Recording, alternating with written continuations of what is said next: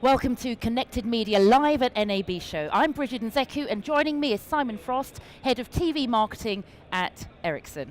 Simon, thank you very much for talking to us. So tell us about this launch of Media Vision 2020, launched here at NAB. Absolutely, yep, we announced on Monday, so it's been pretty an extensive piece of work actually.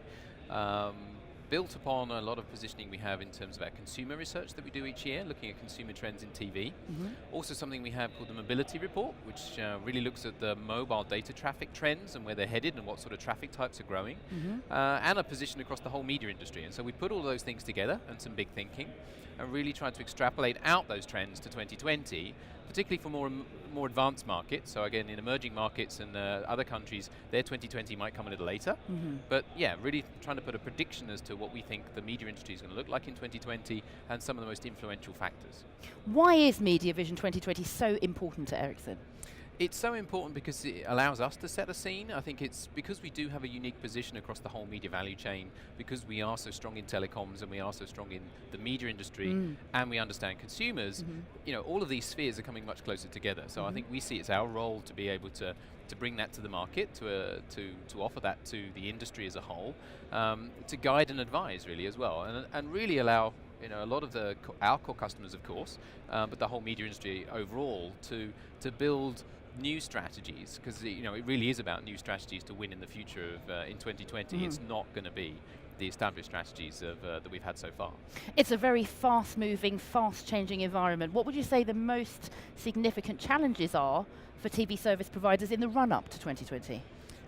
That's a good one. There's many. And maybe I'll flip it, because in terms of guidance, I think a lot of it's consumer focus. I mean, ultimately, the transformation that's happening because of connectivity, because of broadband, because of new devices, smart connected devices. We have a prediction of 15 billion video-enabled devices by 2020 out of 50 billion connected overall, different types of devices. That has a huge transformative effect on what it's like for the consumer experience.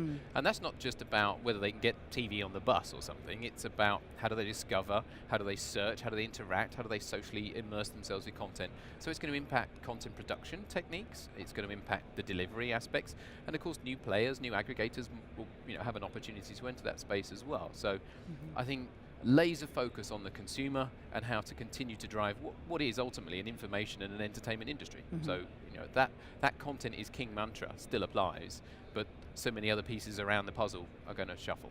We're here at Connected Media Live. It's twice the size it was at last year's NAB show. Bearing in mind what you've just said, what do you think the main predictions are for the media landscape in 2020? The main predictions, so we've got some key ones. I touched on, we have this vision called the Network Society, so that's that 50 billion thing basically. So the Network Society is realised in 2020. We really do have a phenomenal amount of devices connected to broadband, and that's having a transformative effect on how to deliver content basically. The industry has grown revenue-wise to $750 billion US in terms of revenues, up from 530 billion so far. So there's growth, there is money.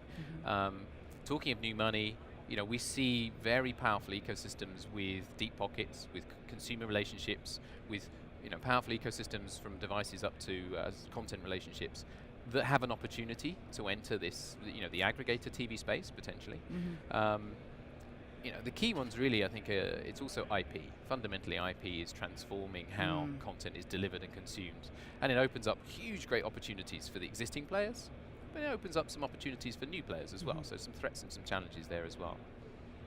Thank you very much for talking to us. Thank you very much.